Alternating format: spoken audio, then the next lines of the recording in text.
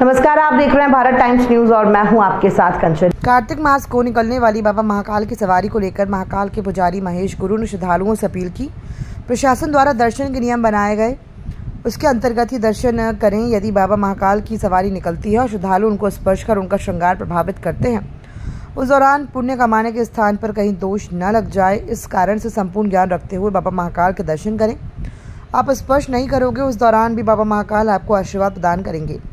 कार्तिक मास को निकलने वाली सवारी का महत्व महाकाल की पुजारी महेश गुरु द्वारा बताया गया। उनके श्रृंगार की विशेषताओं के बारे में चैनल के माध्यम से जानकारी दी। शिव भक्त और विष्णु भक्त दोनों भक्तों का महत्व महेश गुरु द्वारा बताया गया। सावन मास में शिव भक्त और कार्तिक मास में विष्णु भक्त के रूप में बाबा महाकाल के दर्शन देते हैं। देखिए, बाबा महाकाल अपनी प्रजा का हाल जानने के लिए समय समय पर निकलते रहते हैं। वैसे भी उज्जैन धार्मिक नगरी है और यहाँ पर यदि हम बात करें तो मंदिरों का शहर भी इस नगर को जाना जाता है। और कार्तिक मास के इस अवसर पर बाबा महाकाल सोमवार के दिन अपनी प्रजा का हाल जानने के लिए निकलेगा। लेकिन कार्तिक मास को निकलने का क्या महत्व है, हम जानेंगे। हमारे बीच में यहाँ पर महाकाल के पुजारी महेश गुरु मौजूद हैं। हम बताइए, गुरु जी बताइए कि कार्तिक मास में भी बाबा महाकाल अपनी प्रजा का हाल जानने के लिए निकलते हैं, इसका क्या महत्व है? श्रावण मास शिव का मास माना जाता है, महीना माना जाता है। इसलिए श्रावण में तो भगवान शिव की सवारी निकलना एक अनिवार्य है। लेकिन इस नगर के अंदर शैव मत और वैष्णव मत दोनों को ही मानने वाले लोग रहते हैं। तो ये भगवान की ओर से संदेश स्वयं दिया गया है कि शैव मत, शिव धर्म और वैष्णव धर्म में कोई अंतर नहीं। इसलिए कार्तिक महीना भी जो है वो भगवान विष्णु का महीना माना जाता है। इसलिए दोनों महीनों में भगवान महाकाल नगर में भ्रमण के लिए निकलते हैं और उसमें अपने भक्तों को दर्शन दें। भक्त दोनों ही होते हैं, शिव मत को मानने वाले भी और वैष्णव मत को मानने वाले भी।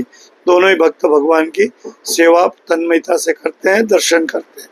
तो कार्तिक मास में 4 सवारी होती है, 2 सवारी कार्तिक की और कार्तिक और कार्तिक के बाद का जो महीना आता है अगन, उसकी भी 2 सवारियां होती है।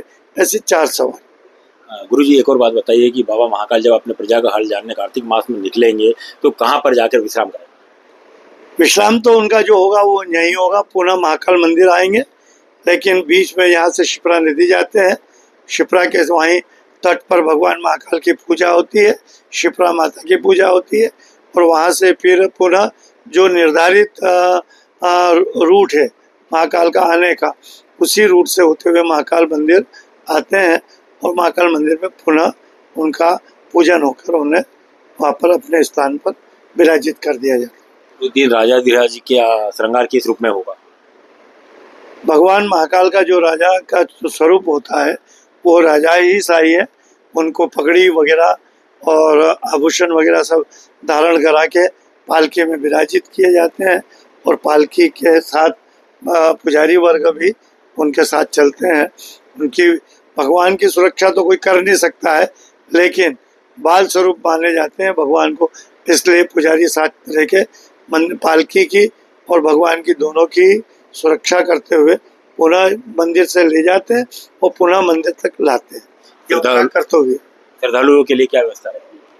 श्रद्धालु जिस तरीके से श्रावण मास में दर्शन करते हैं उसी तरीके से दर्शन करते हैं।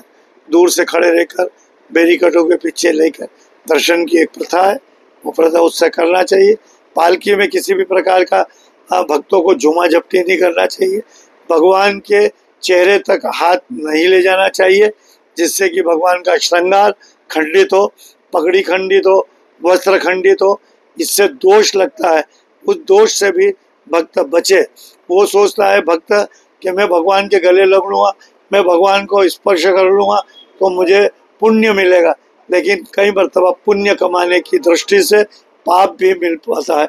इसलिए भगवान का जो सम्मान है, जो भगवान का प्रोटोकॉल है, जो भगवान का आदर है, उसका पूर्ण भक्तों को आदर मान सम्मान करना चाहिए। तो आप देख सकते हो कि कार्तिक मास की सोमवार को सवारी निकलने वाली है और हमारे बीच में जो महाकाल के गुरु हैं महेश गुरु जी ने बताया है, और श्रद्धालु से अपील भी की है कि दर्शन करना है तो उनको छू कर ना करे, स्पर्श करके ना करे, ताकि उनका श्रृंगार जो होता है वो प्रभावित होता है। तो कहीं ना कहीं यदि वो ऐसा दर्शन करने से जहाँ पुण्य मिलता है वहाँ कहीं ऐसा ना हो कि श्रद्धालुओं को विपरीत परिस्थितियों का सामना करना पड़ सकता है। भारत टाइम्स न्यूज़ के साथ में कैमरा पर्सन कार्तिक के साथ में जगदीश परमार की रिपोर्ट, उज्जैन।